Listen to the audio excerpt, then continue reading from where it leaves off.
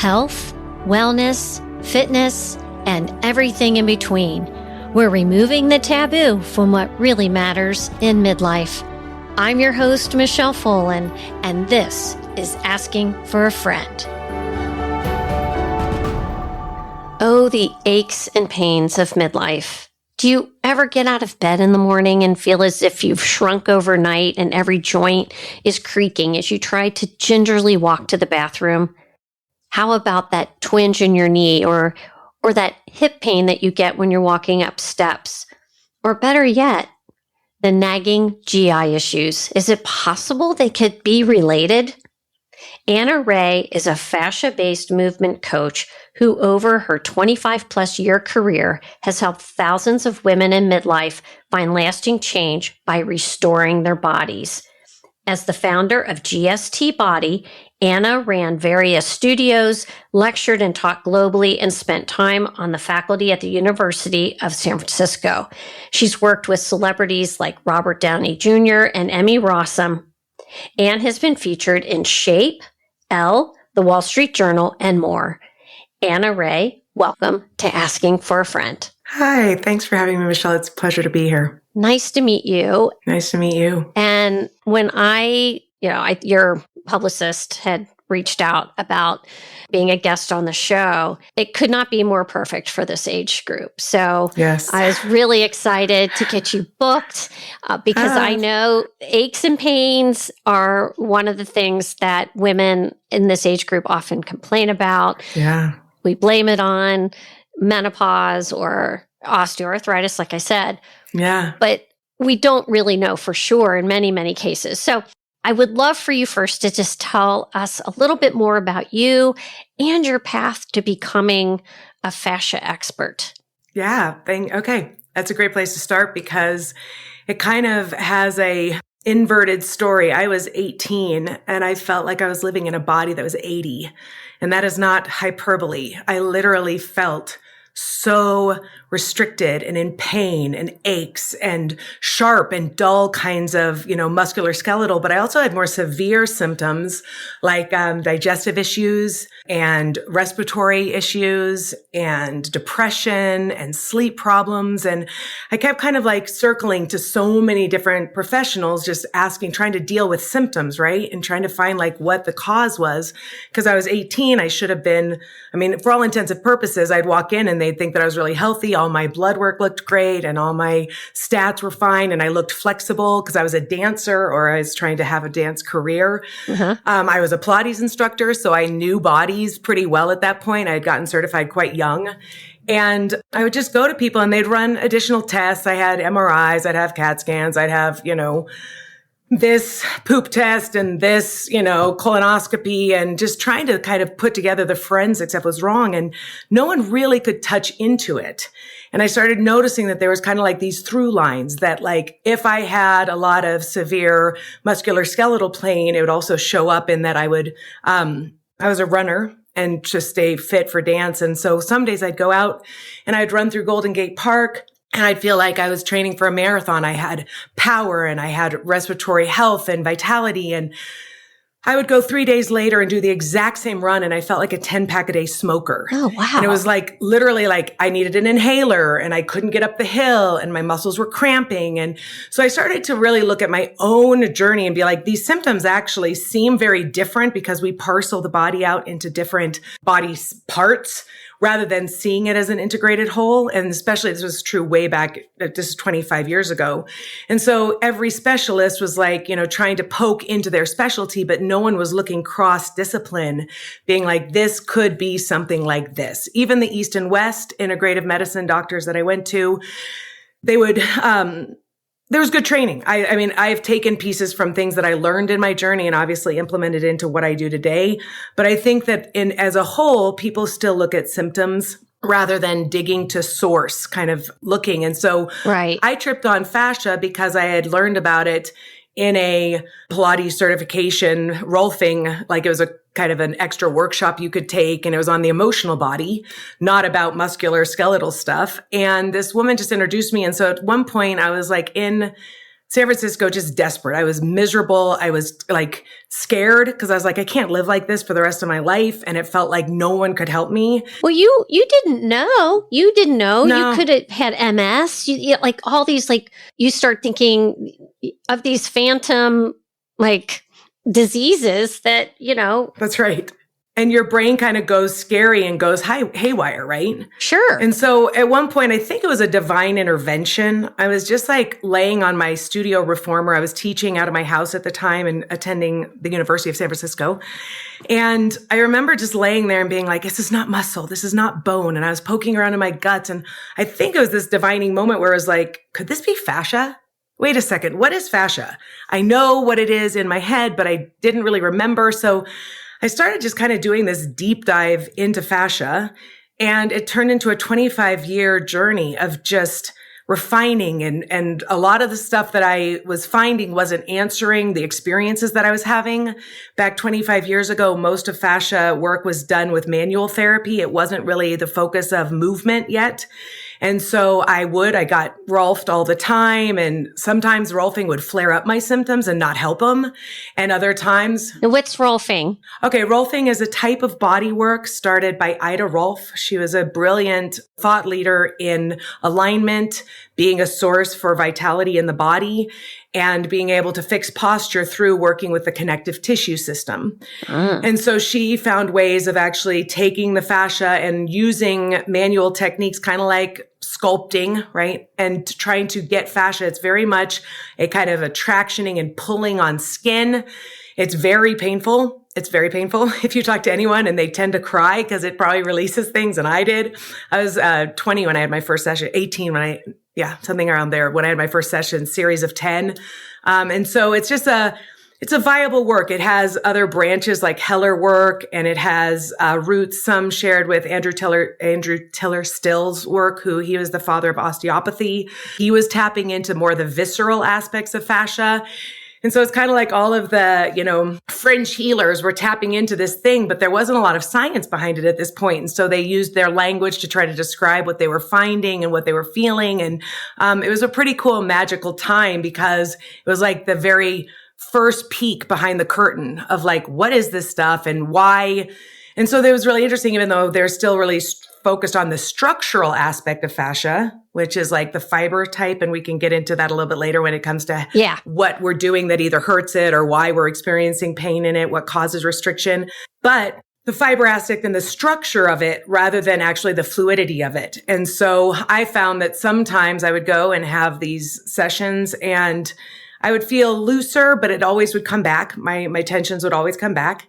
And then I would also sometimes have flare-ups where I'm like, you released this, but now I have chronic, nerve pain shooting up my neck. And I'm like, what is that? And so it was an interesting journey really of forensics, trying to figure out and just questioning. And so my journey ended up leading me to two really important things about fascia is that the greatest influence of our fascia is really our motion, which I would kind of experience. I'd have the therapeutic to try to heal it, and then I'd go out and dance and ruin it. And I'm like, some of the stuff that I'm being taught in my Pilates and yoga and all of those physical disciplines are actually contributing to the condition of this. So I had to go in and try to like take apart and deconstruct what I was taught, because as a student and 18 years old, I was like, my teachers know the best and they're telling me the best of the best. And I literally was studying in the best certification programs in the world. And I'm like, but something is wrong. And so I had to kind of go rogue. And I just started kind of questioning everything I was taught and started doing the opposite. And as soon as I started doing the opposite, I started to heal in a really significant way. And then I started teaching my Pilates clients that, and they started seeing the differences. And then I decided I need to figure out what the science is. And then there was more science available probably 15 years ago when the Fascial Congress came in. So I started researching that kind of stuff. All right. Oh, man. Gosh. So There's a lot. It is a lot. I mean, and I've got all these questions. So first of all, you're very young when all this is going on. And so I immediately was thinking, oh my God, you could have had an autoimmune disease. There could like all these weird things because one day you'd be great, the next day not so great, Did anyone else in your family experience any of these types of issues? No. No. No, not that I know of. I do know now in hindsight that, and I still don't have a diagnosis, just so I know. So that you don't have to have a diagnosis to find healing is a really good message for people. To find a solution does not require having a very concrete diagnosis. Mm-hmm. I think there's a lot of different aspects. I have sexual trauma in my past, which creates emotional and hormonal imbalances in the tissues, which contribute to it. I had some physical, kind of like mild, but not severe scoliosis. In fact, most x-rays don't show scoliosis, but I had a lot of tissue scoliosis, which is an interesting torsion of the way that the tissues lay out and are formed over the skeletal structures. Not really talked about that often and not addressed at all. And so my mom has some of that. And I think she experienced, especially growing up, she would have been in her she was a later mom. And so she was maybe in her mid 50s when she started having lots of aches and pains. And so at that point, I was kind of able to start putting her on GST stuff and doing work with her. And she was finding great reprieve. And so I think that that's probably a genetic component too, as well. I mean, I say that there's 3 or 4 different imprints that really kind of show up our body narrative. And fascia holds that story kind of like the way you can see rings on a tree that tell you when good years of growth and great years of, irrigation and when the bugs came in and when there was fire. You can really see a history inside the rings of a tree. And the same is really true with your fascia. If we get into that, kind of more the emotional and psychological loading on the tissues. But I don't know. I don't know what the exact diagnosis was, but I think that there was probably some genetic thing. But I think that it's a combination, right? It's always a combination of how we're living experience, how we've been put together in the womb and, divine design, if you believe in that kind of stuff. And that's our story and our task to deal with, right? And is to know. And what's fun is that fascia has an answer for that.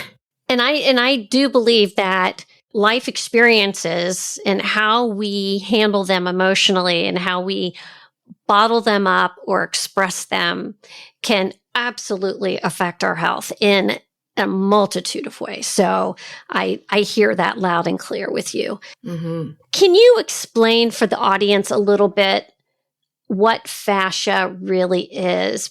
Kind of differentiating it from your skeletal system, cartilage, all that. So I'm going to give the most succinct. I love going into the science and I'm going to try to narrow it down. The term fascia is referring to a generic type of body tissue, a type of connective tissue that's everywhere in your body.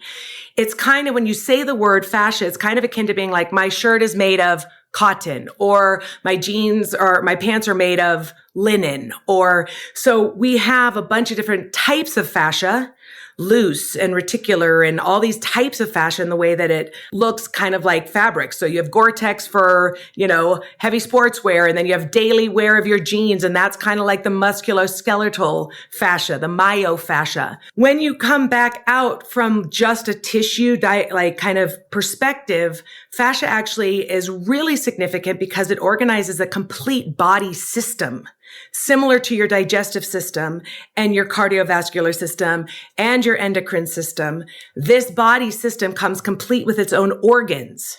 They are not masked organs like a heart or a lung that are very obvious, which is one of the reasons in dissection for years, anatomical dissection, they kind of just pulled fascia out of the way thinking, oh, this is superfluous. It's everywhere and it's in the way. Instead of thinking, holy cow, there's a lot of it. It might have a lot of significance. We should probably look at it. However, the fascial organs are layered organs and they layer around every other system. So you have myofascia is the organization of fascia around the musculoskeletal system. And you have viscera, which is the way fascia organizes around your vital organs. And it goes on. And you have quite a few, and we're still discovering all of the types of, you have the interstitium, and there's a bunch of different ways that fascia organizes into organs. In its greatest capacity, fascia is kind of like your body's energetic smart grid. Okay. It takes high voltage load from our workouts, from our picking up our kids, carrying our groceries, sitting for hours, all of this loading in from gravity, and actually interfaces it with the low frequency energy of the heartbeat and the lungs. Fascia is the reason that your heart can beat with an electrical output next to your lungs and not have interference. And so on the backside, fascia in the netting has this organizational quality of all of these things in our bodies that help to interface and function all the other body systems. It's kind of a master system like the nervous system. And when you start digging into it, what it needs to stay healthy, to do its job, is pretty significant because its compromised condition affects, which is why I had digestive issues, which is why I had aches and pains, which is why I couldn't sleep, because it's literally setting the parameters of optimization, energetic optimization from cells all the way up to your skin, all the way up to your cerebral thought processes and the frequencies of your brain activity. Oh, okay. This was such a better explanation of fascia. Good. Because what people will often say is, well, when you're cutting chicken breast up and there's that little thin layer of stuff that white stuff that you pull off the chicken. Well, that's your fascia. Yeah. And then you're like, well, great, but what does it, it's out of context. Correct. So that's super interesting. So how does fascia change as we age, particularly during midlife? Yeah. So fascia is very sensitive to what I call chemical cocktails of experience. And that's basically our hormone and neurotransmitter operations, right? It's the biochemical part of who we are in a chemical form. And so fascia contracts to physical loading, but also to our psychological and hormonal loading. And as women, we know that we are much more hormonally alive and dynamic than our counterpart. And inside of that, fascia is busy trying to figure out how to react and distribute and communicate on these kind of levels in terms of the sensory input and how it's going to integrate and move out of the body. Fascia has got a huge metabolic activity in our body, and in its hormonal phases, it actually influences how we constrict or conform our restrictions, how our bodies contort, how our organs sit, the internal tonality, the inner space dynamics. So all of a sudden, when you have, let's say, fluctuations in estrogen, and it's very sensitive to estrogen, and we don't totally know all of the reasons, we just know that, yes, this is why fibromyalgia is much more commonly diagnosed in women than men. This is why during the menses, and even if you're postmenopausal, you can actually still have surges and affect the different types of tensions in your body based upon these hormones. And what's interesting is that you're mostly hormonally active in the thoracic cavity.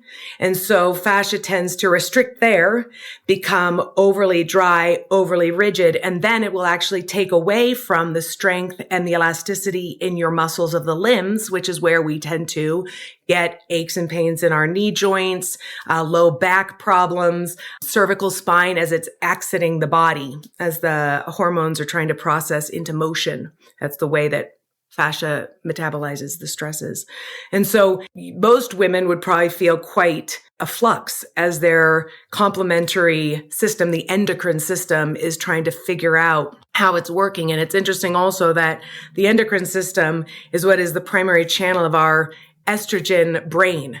And the brain in a woman fires mostly through the estrogen channels. And in that, it'll be affected also through the consciousness of our body sensory system in fascia. So there's quite a few different connective ways that it affects women in middle age and later age. So it just in terms of the joint pain, posture, mobility realm. Okay. Because I think that's something that we live with every day. Mm-hmm. How do we differentiate between what could be fascia and what would be maybe osteoarthritis or some kind of joint issue? It's a really good question.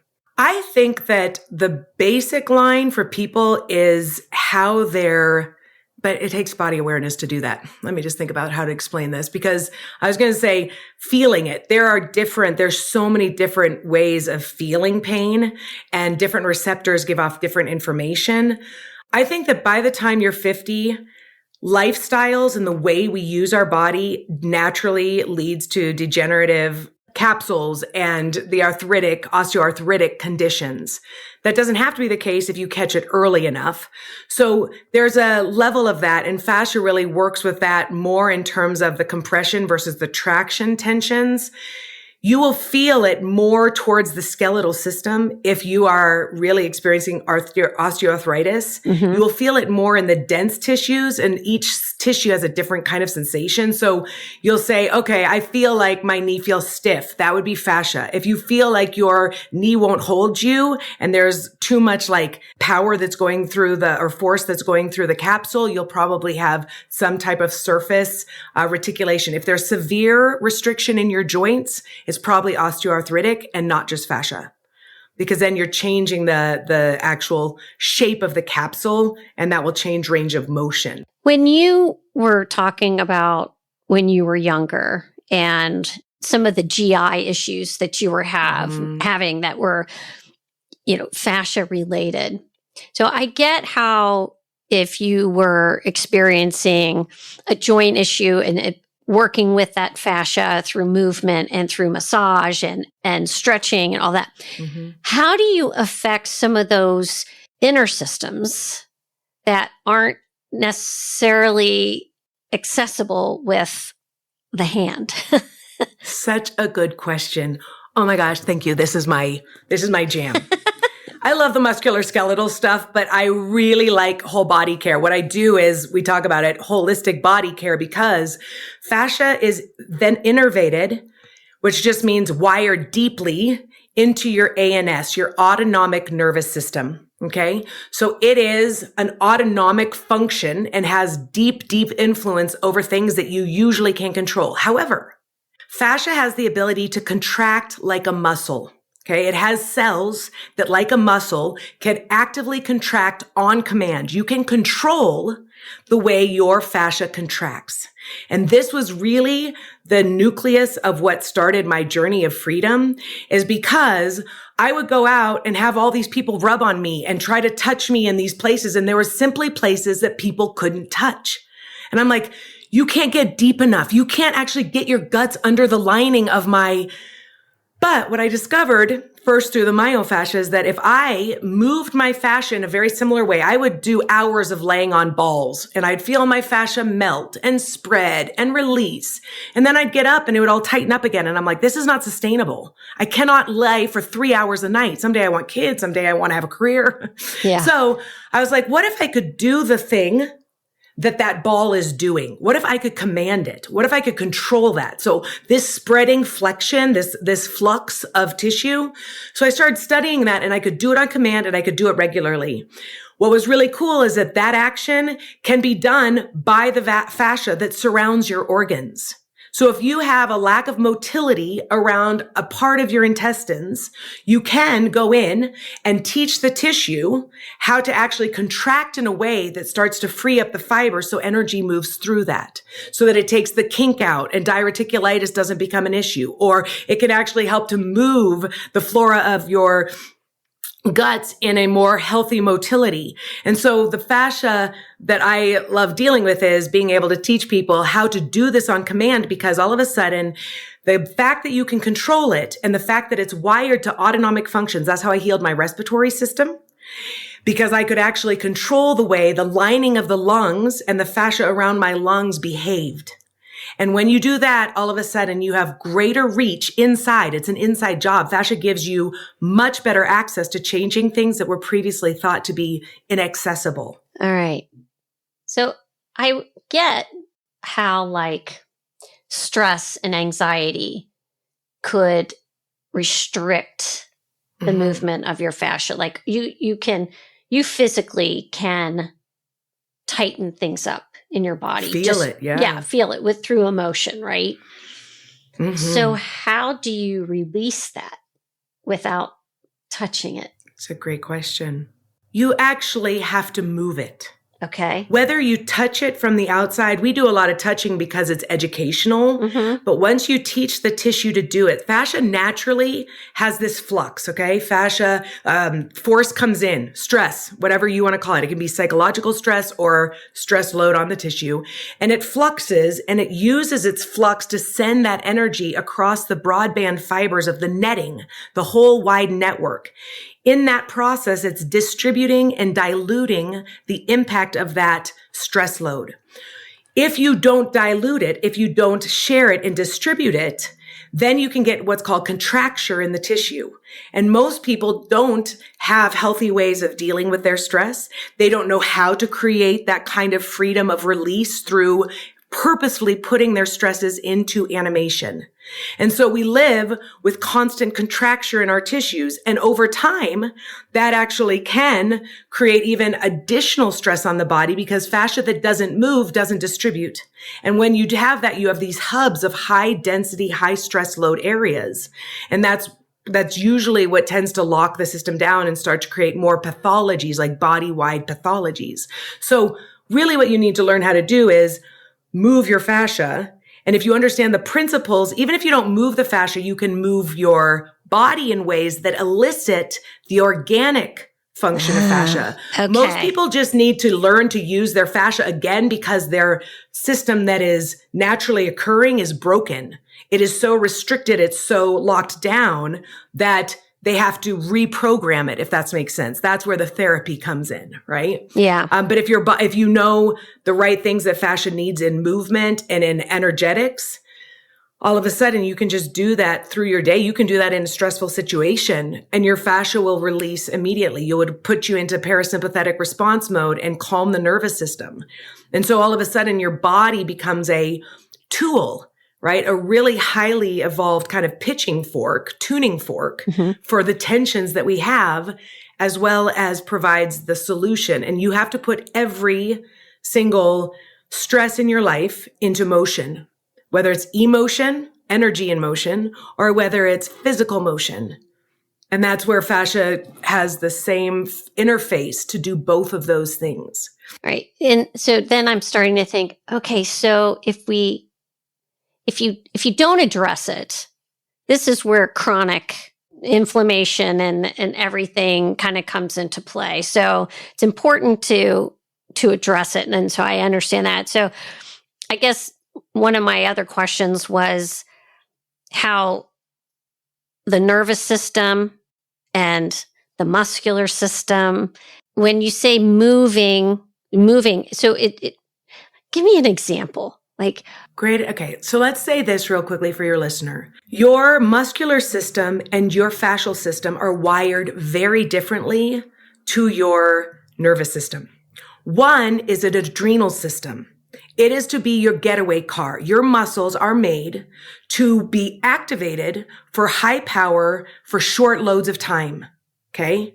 Fascia, on the other hand, is wired deeply into your endorphin system, the relaxation system, the ease. And one is the activated and one is the releasing. And so they kind of play together. The problem is that most of us in physical activity and in our motion are taught to actively, especially as we age, strengthen, tone. And we're activating and overstimulating the muscular system, which triggers the chemical cocktail of stress, adrenal stress, cortisol. Right? Mm-hmm. And so fascia provides a completely different view of how motion can be nutritious and actually put you in different states, which is de-adrenalizing, which is actually kind of medicine as a counter, chemical experience, and allows for more freedom to happen. And this comes down to a biomechanical model. I will try to keep this really short for people, and then I'll give you examples. Our biomechanical model in strength and conditioning is based upon solid mechanics, where the bones are levers and your muscles are pulleys, and you tighten and pull to make your body work. Fascia is 70% water. It is still an animating system. It contracts and it moves energy, but it's a fluid body system, and it changes the science of motion from solid mechanics to fluid dynamics. For those of you who do not remember physics, fluid dynamics is how force moves through a fluid. And the most simple kind of sample of that someone would know is a syringe. You have a cylinder, a tube, and you have a plunger, and you can pull the plunger through the tube and suck water in and push water out. Suck water in, push water out. Fascia is organized in micro and in nano and in bigger and bigger myofascial tubes. Your body is more a set of tubes and cylinders than it is sticks. And so all of a sudden, the requirements to move water and to create hydration and to actually displace force comes through the power of moving water, not through moving our solids. Principles like women spend years trying to tighten their core, get flat stomachs, tighten and tighten. Then they show up in the middle of their, 50s and they're like, why do I have belly fat? Because your muscles nothing in your torso moves. Movement is the prerequisite for metabolic activity. And so all your fat's going to store where there's no movement. Okay. So fascia comes in and says, we need to open up our tubes, which means you cannot do crunches anymore. You have to actually have actions that pull the syringe, which is called traction. It also happens to be decompressive of joints, which helps to produce synovial fluid and protect against osteoarthritis. Mm-hmm. You need compression moves, which is pushing the water through the tube and starts to clear and move toxins and give better cellular health. Traction and compression is this syringe. And then you need one other kind of movement, and it's called rotation. And rotation is actually kind of this picture of double helix. If you take a tube and you twist it, it kind of creates this kind of double helix shape, which has compression and traction. Mm-hmm. Compression on one side, traction on the other. And so these three motions literally wash your tissues and move static energy to dilute it and displace it and move. And so most of our movement is not big enough and is not fluid enough and does not move water. And so as we're already aging and losing the juiciness of our tissues, the collagen and the elastin and the flexibility, we continue to dehydrate ourselves through the types of movement that we do. And then we get more and more rigid and more dried out. And we're like, why are we feeling like I'm like squeaking, like the oil or the tin man who's squeaking all the time? Yep. So it's a kind of a different approach, and we need to just reframe it. And then there's wonderful, really simple ways that people can do this throughout their day. The other thing that makes fascia kind of polarizes our movement experience is that we're taught to do large block chunk exercise. And fascia says, you wouldn't eat your meal 3,000 calories in one sitting. Why would you do that to your body through motion, which is excessive load? It generates tension. So fascia says, the best route for me is microdosing, snack motion throughout your day. 10 minutes here, 3 seconds here, pull and traction for 30 seconds and move on. And so all of a sudden, women need to look around their world and be like, my life is my jungle gym. I need to find surfaces to hang off of. Railings, banisters, car windows, chain link fences, mailbox on my walk, and do these three movements, traction, compression, and rotation. And if you do that throughout your day, your fascia in general will have much better elasticity, hydration, glide, like lack of friction, right? Dehydrated things get friction on them. And so that's one approach is how do you layer it into your daily activity? And then you also want to be like, I need an actual ritual of care, because just like any car needs maintenance, the more you drive it, the more care it needs. And so the body needs those too. And so it would similar biomechanics, but different principles in terms of what you can get the body to be healthy and strong. Okay. I think this would be a great time to take a quick break. And when we come back, I want you to share a patient success story with me. Does this sound familiar? When menopause hit, I didn't fully comprehend what was happening to my body. Even though I was eating 1,200 calories a day, doing the elliptical at the gym, and going to multiple cycling classes during the week, the scale was not budging and my jeans were getting tighter. I was frustrated and wanted to do better for my long-term health. And with my 26 years in the health industry, I knew this was not the path I wanted to follow. So I started doing research on several online programs, but most were either fitness or nutrition based, but not both. What I needed was a platform that understood the needs and challenges of women my age and had the data to prove it. While scrolling through Instagram one day, I stumbled upon Faster Way. Their science-backed strategies spoke to me, and I decided to give it a go and invest in myself and my future health. I was 59 years old and full of hope. And I did go into it knowing that I had to be patient, and the improved mindset did pay off. My results got me really excited to share Faster Way with other women who were struggling like I was. So I decided to get trained and certified as a coach. Call it self-care, call it prioritizing your health. When are you going to tell yourself enough is enough and that you matter? Don't allow your past failures with other diets and programs to keep you from making one of the most important decisions for your future. I'd love to work with you. Reach out by DMing me on social media or at the email address in the show notes of this episode. Okay, we are back. I would love to hear about a patient that you have helped with these fascia techniques. Perfect. Let's call her Sally.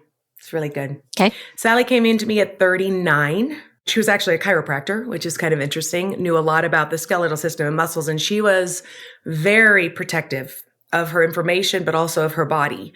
And she was miserable because she had tons of pain, but she also wanted to work out because she had started putting on middle-age weight. She had had a baby later in life through IVF, which also changed and messed up her hormones. And she's like, I just feel like my body is haywire. And when I first started to touch in on her body, I got a lot of, don't touch me there. You're going to hurt me. This isn't fun. And I was like, okay.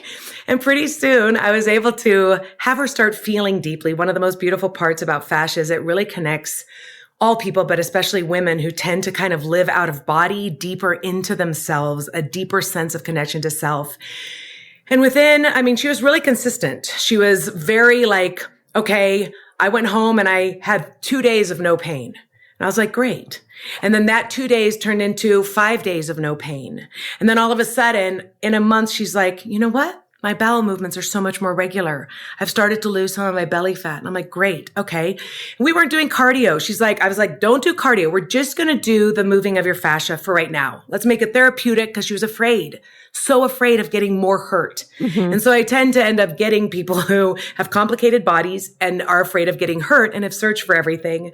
And so after about 2 to 3 months, she's like, okay, now I want to go into the aesthetics. She was a West Side, LA wife. And she's like, my calves are too big to fit in my boots. And I'm like, okay, let's try working on that. And so we went into all different areas of how fascia can help with structural things, toning, digestive issues. And she actually is one of the people who I'm still very close to. She does our stuff because she's like, as soon as you get out of pain, this is the lifestyle you want. This is something that you grow old with. This is the body care that I was trying to provide my clients, that I wanted. And she's like, what's really interesting is that her success story is like, I had all this knowledge. We have all this information to different experts and stuff, but none of those visions are like really integrated where your workout hurts you and you know you have to lift weights and keep your osteoporosis away, but then you have to go and have all these other therapies to try to counteract that. And it's like, what if your movement, if you could change how it would become your medicine? And all of a sudden she's like, I'm sold. This is the way that I have kept my weight off. She looks amazing. And her headaches are gone. She had migraines, jaw problems, TMJ, just all of these things that were all locked into the tissues, and they slowly unravel the more that you can just be in and be present and work with what you have. And then fascia is endlessly transformative. It's actually interesting that it is so restorative that after 7 months, they're finding that 90% of intermuscular fascia is renewed. It's a very high cellular turnover, which is really hopeful for people like me and Sally, who are like, had so much damage. She had worked out her whole life. She started off as an actress and she just was like, I know my body. But all of it was just frenetic and locked her up and created injury. And that's usually where people get spun off. By 50, you can't do the workouts you did. By 55, you don't want to do the workouts you did, right? They don't feel good. And so all of a sudden you're like, what's the next step for me? I need something that's sustainable, that actually ages me backwards. And that's what was really fun, is to watch Sally. And that was also my experience. I have literally felt like I've aged backwards because I was feeling 80 and she came in feeling 80. And then as you start to restore your fascia, it takes years off. It's the rejuvenating system, which takes stress and eliminates it from your system. So you work with clients, and then do you send them home with, I don't want to say homework, but do you send them home with things that they are to be doing at home as well? Yes. So I think the best clarification is that it's not like physical therapy, because no one does their exercises. And when you do your exercises, you're probably doing them wrong, right? Because they're not, they're isolated. They're like, let me just tighten my glute because I have hip problems. The answer to everybody's perspective of pain is to tighten more. You're lacking strength. So then they're tightening it more, and it's like overstripping the bolts. So the way that I first work with people is I really encourage people to learn their bodies and learn these principles of body care. You come to me and I say, every practitioner who you go to for help has only 3 tools. They use a stick called lever. They apply force and to get flow. Chiropractors use your skeletal system. They apply their own application of force and they try to get their skeletal system to move in joints. Massage therapists go in and they push with their arms as levers into your muscle to try to get more glide and more flow. Acupuncturists use the lever of a needle and they stick it in your meridian to try to get the chi to flow. And every body has 5 levers, 2 legs, 2 arms, and a spine that you can learn to configure in different shapes. You put movement, which applies force. And then when I teach you how to move fascia correctly, you're distributing that tension into flow. And so all of a sudden you become your own practitioner. You are the active participant in the condition of your health, rather than I go to someone, they take care of me, and I need them twice a week in order to stay out of pain. It's like, that's prison. That's not freedom. Yeah. And so that's how I work with people, is it's very much an education, a conversation with the body. You can't have anyone do it for you. You just can't. Oh. And if you can, how's that going for you? Are you still having aches and pains? Do you still have a dependency on, right? And so it's really a call for people to learn enough about their body that they can do stuff, and not just topical, right? We can do a diet. We can do a detox. We can do a strength training course, but then we come home and we still feel somewhat broken. But if you start from fascia on the inside, then vitality follows through into every area of your life. Cognitive fascia is very rooted to cognitive health. Go ahead. Sorry. Oh, no. You were on a roll, but I just thought of a question. So if you are working with a client, are you able to take them through this process if it was you and I being remote? Yes. In fact, there's a couple different things. First is I have an entire studio online where we have every kind of video. Some of it's educational. Some of it is movement therapy. We have the answer to physical therapy, and GST is called movement medicine, because physical therapy requires very different things. And so you can go and find a whole collection that is dedicated to knee health, hip health, spine health. You can also go in and be like, okay, conscious conditioning. I don't have to hurt myself while I get the benefits of cardiovascular. How do we approach respiratory health is through the lung side rather than the heart side. And it doesn't put you in adrenal stress and overcontract your muscular tissue. You will find things for aging. The Ageless Body is all about how do you do 3-dimensional movement to keep your brain wired for good coordination, to avoid slipping and falling. And so you can find that online and do it completely studied, or I teach classes every day. You can come and join our community of amazing people, men and women, who are just really like, this one class makes every other therapy I need go away. I deal with all my body stuff in 1 hour, and I am just, healthy and feeling good. So you can come and take classes. I see people privately. We have private, curated stuff. But the idea is that this stuff is just something to learn. It's beautiful. It keeps, as we age, I notice that the people who are most fun for me as those who stay intellectually engaged. And like my aunt's 72 and she's like teaching classes. I'm like, this is so great for aging because you get to come in and learn and just really learn about you and anatomy. And so you can do it. You can do it just like we're doing it. I talk you through it. I ask you if you're feeling things. I teach you a principle. And then what you'll start to find is people who work with me, fascia has a reflex. Okay. It's a way that your body wants to move. And it's like a thirst reflex. It goes to the same area of your brain as eating. And so you should have the impulse almost once an hour to move your body and fluff your fascia. Most people don't move enough, so that reflex is really muted. But when you start working with us and taking classes, you will have that microdosing experience where you're like, oh my gosh, I need to do this, and I'm done. And you move on and you feel the life force come in. It's like drinking a glass of water for your tissues and then you move on. And so it does kind of become a practice where you come and you learn and then you get to go away and like live it. And you'll be like, doing it on your own, which feels really good, where you're not like, oh, now I have to set aside 30 minutes. What if you didn't have 30 minutes and you want to be with your grandkids? Yeah. Just do it as you're living. Yeah. I can see where you would want to integrate this into just, while you're cooking dinner. You could. That's right. Traction off your counter, your sink. I usually talk people through this experience. And if you'd like, I can send you the videos for you to post with your podcast release. We give like little videos that every day I show you how to just do 3 moves and I show you off your kitchen sink, off the tailgate of your car, right? Because these 3 movements can be done anywhere. I will send that to you. I would love that. Yeah. I would love to share that with people because my audience is very curious and they are also wanting better for themselves. Is why I love this community of women because we're not done yet. And we've got 20, 30 years ahead of us, maybe 40. That's right. And so why do we want to settle for the status quo? Why should we settle for aches, pains, for that thing that's been nagging us and no one can ever tell us what it is, right? We want to get answers. And a lot of the times the answers start with us and going out and finding someone that can help us make it make sense. And so, I love that. I love that.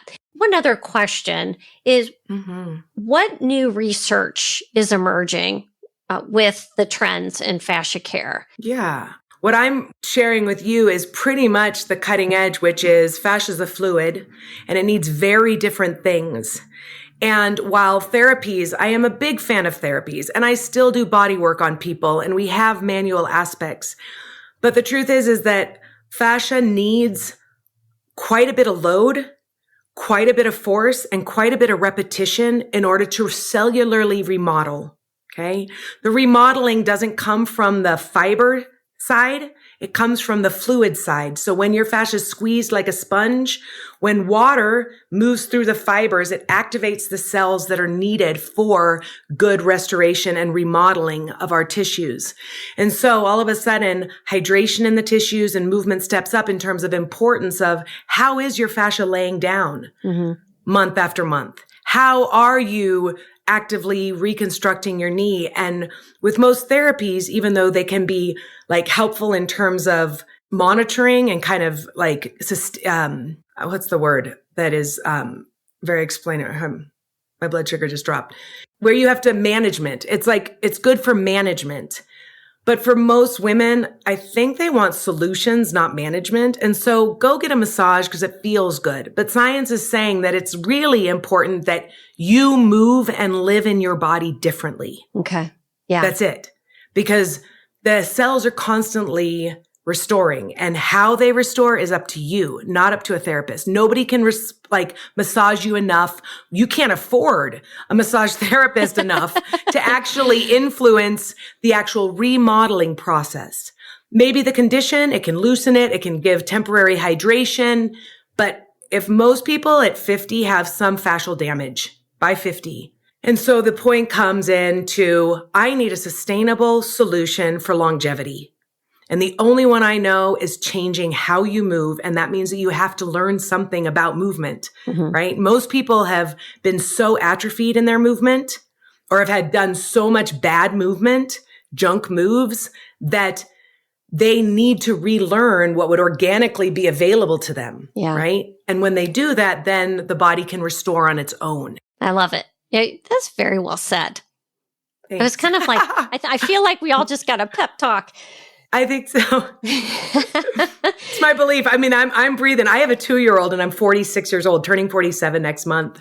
And I'm like, I have to age well. I have to age well because I want to be there. I want to be the young mom in an old woman's body, right? Yeah. And I think that it's really interesting how much our aches and pains deplete our life force. It's depressing. It's hard and arduous to move a body that's constantly griping at you. And so one of the greatest ways to feel young is to get rid of your pain and your aches, where it's not consuming a thought in your process all the time. Can I get down on the floor with my grandbaby? Or could I carry my kid up the stairs because my knees hurt? Right? And so it's just, I think people should be inspired by the fact that we're living longer, so live better. Who wants to live to 90 if you can't get up, if you can't get down, if you can't spin around? So that's what inspires me. I'm moving on in my life. I'm not 30 and trying to look great anymore. I'm really wanting to feel great. Yeah, I got off the phone with a client right before you and I started recording, and she said, "Yeah, I will be having grandchildren here at some point." And she said, "Michelle, I want to be able to get up off the floor." And, not that we're setting the bar low, that I just want to be able to get up off the floor, but that's kind of it in a nutshell. That's a bare minimum. Yeah. That's right. And it's sad that the bar is so low, right? You should be like, I want to do backflips. Yeah. But no, we're just at the baseline of like, we need to be able to primal squat. Women especially have to primal squat for the health of your pelvis, for the health of your digestive system. And we can't. We cannot get to the floor because we've flatlined our spine from sitting so much. Yeah. So yeah, I think that you're right. We're not saying that's not the bar we want to have, but that tends to be a goal because it's unavailable and it seems so basic. Yeah. Right. Absolutely. All right. This is kind of a personal question. Yeah. What is one of your own core pillars of self-care? What do you do for yourself every day? I do GST every day. You do? Every day. It's more like, because it happened to me, it's kind of weird to say like it's an activity, but it's actually my sacred ritual. I go inside and I listen and I feel, and it's like my sanctuary. And I respond to the tensions that show up, and I put them into motion, and I let them clear my mind, and I become more of a vessel. I'm available when I don't have my static of pain and tension and restriction. I can become a woman of service, which I think feels good to most women. And when it's healthily done, it's so important. It's giving life. It's life giving rather than life taking if we can do it right. And so I think that it's not so much a selfish thing. I don't go get massages and stuff. It's like, it's this meet me where I am and have this time to help myself first. Eleanor Roosevelt was the first one I heard as a quote saying, she was interviewed by this, newspaper article guy, and they're like, so how is it being the wife of the president? And how, do you just give him everything? And she said something like, no, I just take care of myself. Because if I don't take care of myself, I'm no good for my husband. And the interviewer's like, isn't that a little selfish? I mean, you are the first lady. Isn't your job to support your husband? And she's like, no. So anyway, I think about that a lot of like, my highest goal is to be of service to my family, to the people around me. And that requires that I handle my burdens first. Yeah. And if I have a way to lighten it and to create space, then I don't feel so burdened. Yeah. I feel alive and welcome for it, open for love. We cannot pour from an empty cup, right? That's so true. I love that. That's beautifully said. Yeah.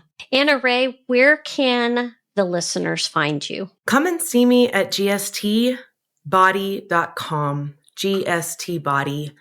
And that launches you off. You can find our Instagram. I have 2 different channels, one that's kind of for bodies and one that's for life application and health and stuff. And write me. I actually respond to all my emails personally.